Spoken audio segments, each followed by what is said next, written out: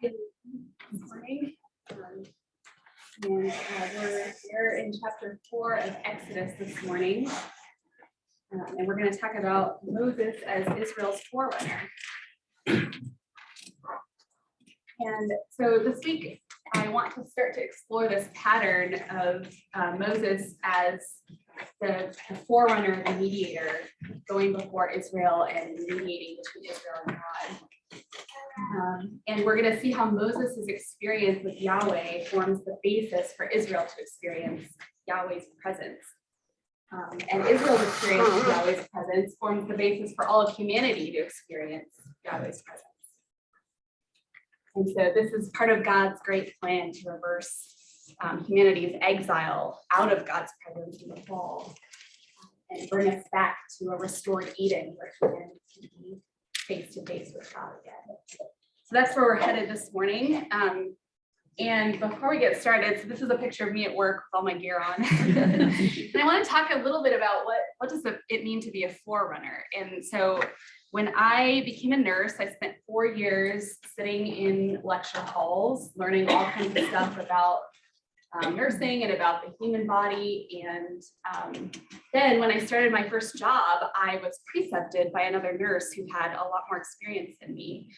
And that's really when all of my knowledge that I had in my head got put into practice, right? So I got to follow around this other person who had gone before me in my profession and got to see how she interacted with patients and see how she did different tasks. And that's really what allowed me to then experience the profession of nursing for myself and become competent, right? So probably a lot of us have experienced something like that, whether it was, learning how to cook from a parent or, all these things that we learn. We can learn knowledge about them or we can read articles on the internet, right? But then it often takes us seeing somebody walking ahead of us into whatever that is in order for us to have the courage and also kind of go into that experience yourself. So that's kind of what I want us to have in mind as we think about this idea of forerunner. So let's recap. Where are we in the story, right? So the people of God are in slavery in Egypt. This is a place of exile, right? In a land that doesn't know Yahweh, doesn't acknowledge Yahweh as God. And it's ruled by Pharaoh, who, as we've seen, is kind of the personification of evil in Exodus, right? And remember Yahweh's promise to Abraham, Israel's ancestor, right? We talked about that in Genesis, where Yahweh promised that Abraham would have many descendants and that they would possess the land of Canaan, right? And Yahweh also told Abraham that his descendants would be slaves in Egypt or in a foreign land, he said, for 400 years, right? And then that God would bring them back to the land that Yahweh had promised to Abraham. And so we're kind of wondering, is Yahweh going to fulfill this promise, right? Israelites are in slavery and it doesn't look like they're going to come back to the land. And maybe Moses is kind of wondering that at this point. Like, is God going to do what he said he was going to do? And 2 weeks ago, Kent gave us this cliffhanger, right, from the end of chapter 2. So the Israelites, their cry for rescue from slavery or exile came up before God, and God heard their groaning, and God remembered his covenant with Abraham, with Isaac, and with Jacob. God saw the people of Israel, and God knew. So what's God going to do? He's going to do something about his people's exile, it seems like, but we're still in that in-between space of wondering what he's going to do. And last week, Dorvan talked about Moses' encounter with Yahweh in front of the burning bush. And he introduced two important themes for the rest of Exodus, right? Yahweh's presence with humanity and Yahweh's personal name. And Dorvan also talked about this pattern of humans encountering Yahweh by trees on high places or mountains, right? So we saw how Adam and Eve ate from the forbidden tree in the Garden of Eden and lost access to Yahweh's presence, right? They were sent out from the garden. And through them, all of humanity lost access to Yahweh's presence and didn't know his name anymore. And now Moses is encountering Yahweh on a mountain, right, in front of a burning bush, kind of a tree. And this is foreshadowing what Yahweh intends to do with all of the people of Israel and then with all of humanity, right? inviting them back into his presence. And so I want us to kind of realize that this is huge. This is a turning point for the story of humanity. This is the first time that we've gotten kind of this glimpse of humanity being invited back into God's presence. And so just as Moses' experience with Yahweh paves the way for Israel to experience Yahweh's presence, so Israel's experience with Yahweh is going to pave the way for all of humanity to experience Yahweh's presence. And I want us to kind of go forward in our minds to the book of John, where Jesus calls himself the vine. And that's tree of life imagery, right? Before Jesus is crucified, he's in a garden with his disciples, right? And then he's crucified on a tree, and he embodies the tree of life, reconciling humanity back to God through his death and resurrection. And we see this tree of life imagery continued all the way into Revelation, the end of the Bible, where at the center of the heavenly city, there's this tree of life, and it says its leaves are for the healing of the nations, right? And the people that live in that city will see Yahweh's face. So this is Dorvin kind of pointed out this theme that runs through all of Scripture, where through Jesus, as our tree of life, we're invited back into that relationship with God that Adam and Eve had in the Garden of Eden.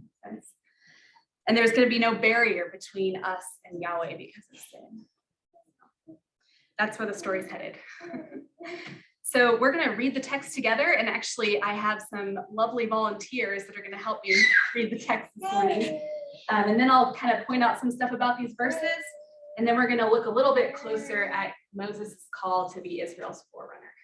So that's where we're going. So if Kelly and Kendall would come up to the front, we're going to read Exodus chapter 4, verses 1 through 17. All right, you guys ready? All right. Then Moses answered. But behold, they will not believe me or listen to my voice, for they will say, Yahweh did not appear to you. Yahweh said to him, "What is that in your hands?" A staff.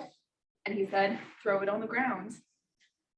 so he threw it on the ground and it became a serpent, and Moses ran from it. But Yahweh said to Moses, "Put out your hand and catch it by the tail, so he put out his hand and caught it, and it became a staff in his hand. that they may believe that Yahweh, the God of their fathers, the God of Abraham, the God of Isaac, and the God of Jacob, has appeared to you. Again, Yahweh said to him, Put your hand inside your cloak." and he put his hand inside his cloak, and when he took it out, behold, his hand was leprous like snow. Then God said, "Put your hand back inside your cloak." so he put his hand back inside his cloak, and when he took it out, behold, it was restored like the rest of his flesh. If they will not believe you, God said, or listen to the first sign, they may believe the latter sign. If they will not believe even these two signs, or listen to your voice, you shall take some water from the Nile and pour it on the dry grounds, and the water that you shall take from the Nile will become blood on the dry grounds. but Moses said to Yahweh, Oh, my Lord, I am not eloquent either in the past or since you have spoken to your servant, but I am slow of speech and of tongue. then Yahweh said to him, Who has made man's mouth? Who makes him mute, or deaf, or seeing, or blind? Is it not I, the Lord? Now therefore go, and I will be with your mouth, and teach you what you shall speak. and he said, Oh, my Lord, please send someone else. then the anger of Yahweh was kindled against Moses, and he said, Is there not Aaron, your brother, the Levite? I know that he can speak well. Behold, he is coming out to meet you, and when he sees you, he will be glad in his heart. You shall speak to him and put the words in his mouth, and I will be with your mouth and with his mouth, and will teach you both what to do. He shall speak for you to the people, and he shall be your mouth, and you shall be as God to him. And take in your hand the staff with which you shall do the signs. all right, let's give our actors a round of applause. All right, so let's remember where we are in the story, right? So Moses, last week Dorvin covered the passage where Moses is herding the sheep for his father-in-law, right? And he gets to Mount Sinai and he sees this burning bush and he pauses to look at it and he encounters Yahweh there, and Yahweh reveals his name, Yahweh, to Moses. And just as a reminder, I know we've said this a million times, but in our English translations, anytime you have the Lord with the Lord in all caps, that's how they translate the personal name of God. So we're going to try to say throughout this Exodus series, we're going to try to say Yahweh instead of the Lord or God, and often we'll slip up, but that's what we're trying to do. So, all right. So we're gonna, and actually before we get into the text, I want to just talk about something from the end of chapter 3 that I think is really important for our understanding of the rest of these verses and really the rest of the story. So Yahweh says in chapter 3, verses 19 to 20, that Pharaoh is not going to let the Israelites go unless a mighty hand compels him, or some translations translate it, even if a mighty hand compels him. And then Yahweh says, I will stretch out my hand, and that's going to make Pharaoh let the people go. And so Pharaoh doesn't know Yahweh, right? It doesn't fear him, doesn't respect him. But after Yahweh shows his hand or shows his power to Pharaoh, then Pharaoh is going to let the Israelites go. And so Yahweh is interested in his name being known among the nations, right? He's interested in Pharaoh recognizing that Yahweh is great and Yahweh is the one with power. And so I don't know if you guys remember a couple weeks ago, Dorvan mentioned Rahab.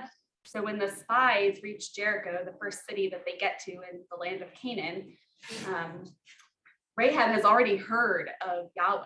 She's already heard what God has done with Israel. And so this is Yahweh making his name known in the nations that surround Israel. So there would have been a much more efficient way for God to do what he's going to do in bringing the Israelites out of Egypt. But Yahweh's doing what he's doing in order to make his name known. So let's keep that in mind. I think that's pretty crucial to our understanding of the story of Exodus. All right, so in verse 1, we find Moses, again, in front of the burning bush. And Yahweh told Moses the end of the story at the end of chapter 3, right? He told Moses that the elders are going to listen to his voice. This is Exodus 3:18. So Moses is still not convinced, right? He's protesting, and he's almost repeating the same thing back to Yahweh, that he's afraid that they won't believe him or listen to his voice. And so it kind of seems like this is maybe more about Moses' lack of faith at this point, and that might be causing him to assume something about how the people are going to respond to him. And then in response to Moses's worries, God is going to give him 3 signs. Yahweh is going to give him 3 signs. And so in verses 2 through 9, we have these 3 signs of Yahweh's power, right? The first one, his staff becomes a snake. And then the second sign is that his hand becomes leprous and then healthy again. And interestingly, that word that's translated leprosy means flaky skin disease, which is kind of gross. So it's probably, we're not sure exactly what it looked like, but seems like maybe he had like white flakes on his hands, maybe not true leprosy. Anyway, flaky skin disease. And then the third sign, God tells Moses doesn't do it because it involves the water of the Nile, but God tells Moses that he'll take water from the Nile, pour it on the ground, and it will turn into blood. So 2 out of these 3 signs are experiential, right? Moses gets to experience them in the moment and see Yahweh's power. And it seems like Yahweh is really walking Moses through this, right? He's not just telling him what's going to happen, but he's allowing him to experience his power, right? And to me, this is more evidence that Yahweh wants his people to know him. He's not just giving Moses head knowledge, he's giving Moses these experiences of his presence and his power that allow him to move forward, right? And he doesn't just write Moses off and move on to the next person. He's patiently explaining what he wants Moses to do, and giving Moses these experiences to bring him into that. And I want us to think about, maybe you've experienced this in your own life. Has there been a time when God has been faithful to you in small things and then you get to a bigger experience where you need to trust God and you realize that you have some history with God? So when we come to the end of this morning, we'll have some time to reflect, but that could be something to reflect on. And I also want us to notice that 2 of these signs involve the hand of Moses, right? So his hand throws down his staff, and his hand picks it up again. and then his hand becomes white and flaky and then healthy again. And this seems to reflect Yahweh's statement about how his hand is going to bring the Israelites out of Egypt, right? The Israelites are supposed to see the hand of Moses and also kind of connected to his staff as having God's power and initiative behind it, right? So this is Moses' hand and his staff are going to symbolize the power of God to Israel and also later to Pharaoh. And we're going to see that especially in the plague stories as we go forward. And then one last thing about these signs. So the word for sign here is at. I'm not sure if I'm saying that right, but that's the Hebrew word. And it doesn't always mean like a miraculous event. It's the same word that's used for the sign of unleavened bread later in the Passover story. So that's to remind the people of their deliverance from Egypt. And then it's also used for the sign of the Sabbath later on in Exodus to remind the people that they're God's set apart nation. And so maybe a familiar example of this idea of sign is a wedding ring, right? So if I take my wedding ring off, maybe because I have a flaky skin disease from hospital hand sanitizer, which I actually do, that doesn't make me not married, right? So my wedding ring is not what makes me married, but I wear it as a sign to remind me of the promise and the covenant that I've made with Andrew, right? And then also to mark me to other people as someone that's made a covenant with a specific person. So that's kind of the understanding of sign, I think, that we have here. The signs aren't an end in themselves. So the point is not what does God have Moses do with his staff, but the point is for these signs to point the people and later Pharaoh to the fact that Moses is God's messenger and God's power and might are behind Moses. Does that make sense? And really to help the people believe that God has sent Moses. Yahweh sent him. So even after these signs, Moses is still resisting, right? He says that he's slow of speech and tongue. He's worried about his public speaking skills. And some commentators actually think that maybe Moses had some kind of speech defect or speech impediment. Possibly he stuttered. And Yahweh responds to Moses with a series of questions, right? And these questions almost make me think of how God responds to Job in the book of Job. Like he's not really looking for an answer from Moses, but he's really showing Moses, I'm the one that made your mouth. I'm the one that made your tongue. I can make you speak well if I want to. This is God emphasizing, or Yahweh emphasizing his power as the creator God, right? And yeah, he really does imply that he can make Moses speak well if he chooses. But Moses is still not convinced. So we get to verse 13, which our translation, I think this is from the ESV, Moses says, please send someone else.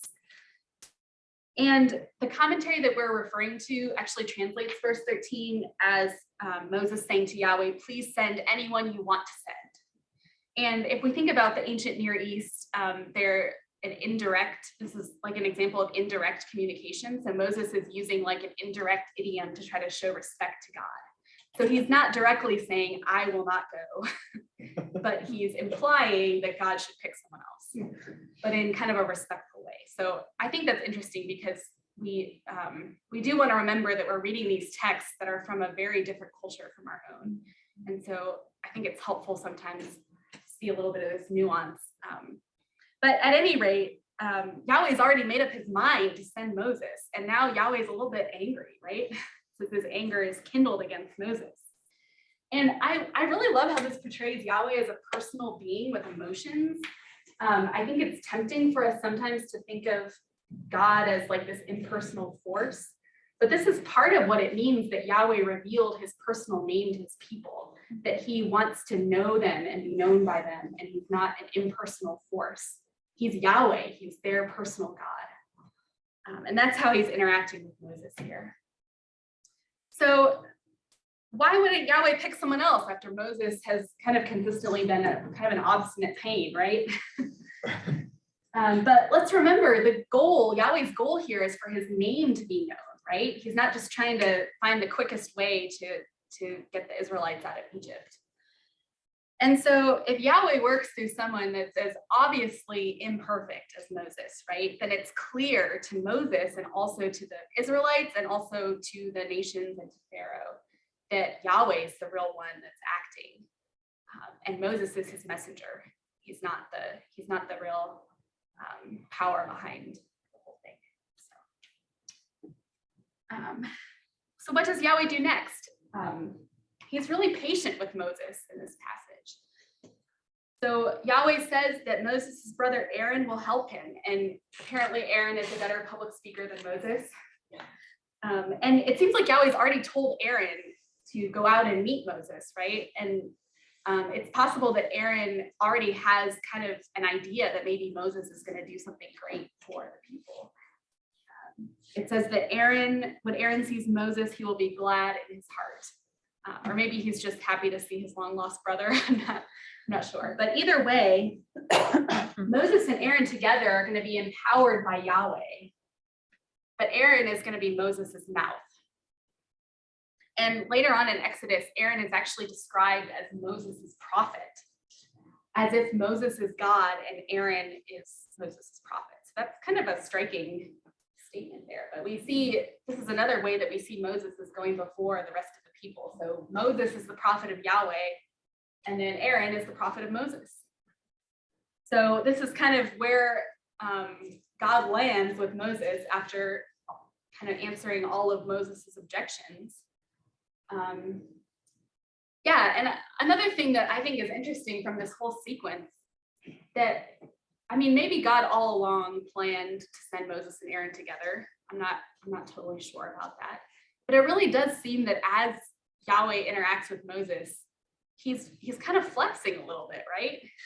He's going back and forth with Moses and he's showing him these signs, and then he hadn't told Moses he was going to send Aaron at the beginning of this interaction. So, I mean, you can argue about what does that mean about God's plan is set all the way down the line, or whatever. We can go back and forth about that. But it does seem like God is willing to engage with Moses about his real concerns on a personal level. So that's pretty striking. And then in the last verse, God mentions Moses' staff again. And I think this picture is from the Prince of Egypt. Oops, I'm just dropping all my papers. So Yahweh mentions Moses' staff again. And as we said before, Moses' staff and his hand are going to be associated with Yahweh's power and might as we go forward in the story, especially James. Okay, so let's remember where we are in the big story. So humanity lost access to God's presence when Adam and Eve sinned and were exiled from the garden, right? And now Yahweh's people, the descendants of Abraham, are in exile in Egypt. And now we're starting to see Act 1 of Yahweh putting into motion his plan to rescue his people. He's going to reveal himself, his name, and his character to humanity, and he's going to restore his presence to humanity, right? He's going to make his name or his reputation and his power, he's going to make that famous among all the nations through the calling of Moses and through his deliverance of his people from exile. And Moses experiences Yahweh's presence, and then the people of Israel are invited to experience Yahweh's presence, and then the whole world is invited to experience Yahweh's presence. And so let's look a little bit closer at Moses' role as a forerunner for Israel. So this is just kind of a comparison of what we see with Moses and then what we see with the people of Israel. And this is a bit of a spoiler for the rest of the book, but it's what it is. So we see that Moses in chapter 2 is brought through the waters of the Nile, right, in a basket. And when a lot of times in the Old Testament, the waters are kind of like this image of chaos and death, right? If we think about the Psalms, they often talk about God pulled me from the stormy sea, put my feet on dry ground. Or if we think back to Genesis 1, the kind of swirling waters of chaos and the Spirit is hovering over the waters. So oftentimes waters are imagery for like chaos and death. And so Moses is brought in the basket, the little ark, right, through the waters of chaos and death. And Pharaoh's daughter pulls him out from among the reeds. And then he's sent into the wilderness, right, after he kills the Egyptian. And he's brought to the mountain of Yahweh's presence, to Mount Sinai. And then he's called to be Yahweh's unique messenger, right? And then similarly, so then we see the whole people of Israel, spoiler alert, brought through the waters of the Red Sea, the waters of chaos and destruction, right? And one way to translate the Red Sea, or I'm not sure if it's just another name for the Red Sea in Hebrew, but it's sometimes called the Sea of Reeds. So literally in Exodus, we see that mention of reeds with Israel at the Red Sea, and then also with Moses brought out of the Nile. So they're brought through the waters of the Red Sea, saved from chaos and death, right? And then they're brought into the wilderness, and then they come to the mountain of Yahweh's presence, and they see, Moses saw the burning bush, right? And Israel sees like the thunder and smoke up on the mountain. And interestingly, they're invited into Yahweh's presence, but they are afraid, and they end up hanging out at the bottom of the mountain and don't really go up, right? And then they're called to be Yahweh's unique people. And this is going back to Yahweh's promise to Abraham, promising that his descendants would bless all the peoples of the earth, right? And this was Israel's calling to, like Moses, to experience Yahweh's presence so that all of humanity could then follow in their path and experience Yahweh's presence. And we see throughout the history of Israel that they often failed in this calling, right? And so did Yahweh leave the world just to kind of follow in the iffy footsteps of Israel's experience of God's presence? Because Israel didn't always fulfill their role to be this messenger to the nations. And so we see God working his redemptive plan through Jesus, right? Jesus is our forerunner, and he followed this Exodus pattern in his life and death and resurrection. So God brought Jesus through the waters of death and burial, right? And he was delivered by the power of Yahweh into the presence of Yahweh. The New Testament talks about Jesus being seated at the right hand of the Father. And if we think back to our study of Hebrews a while ago, Hebrews 12 talks about Jesus as the pioneer and perfecter of our faith. So he goes before us into Yahweh's presence. And he's the new Moses. He reveals Yahweh's name and character and invites all the nations back into Yahweh's presence.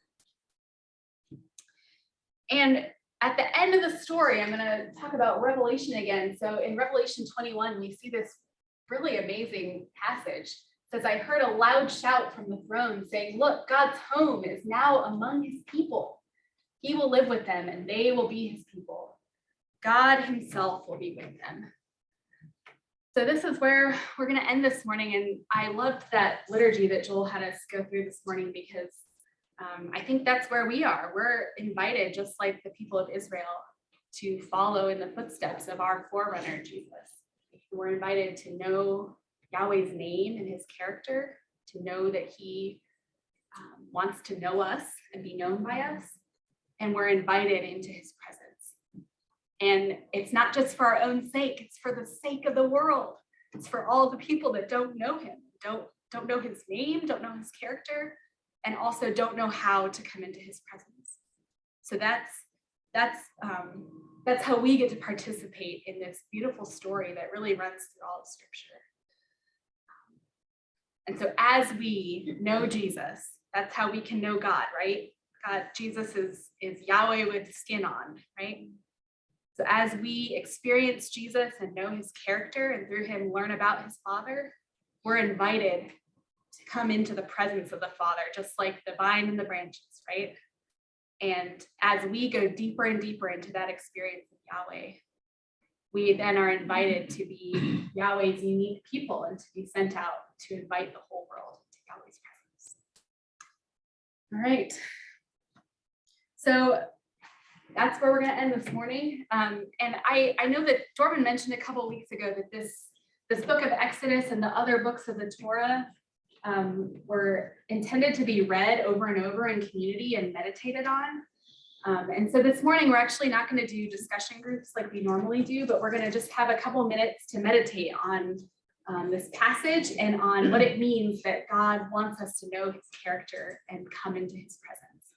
And so I would just invite you guys to really allow God to speak to you if he wants to, something about his character or his presence that he wants you to know.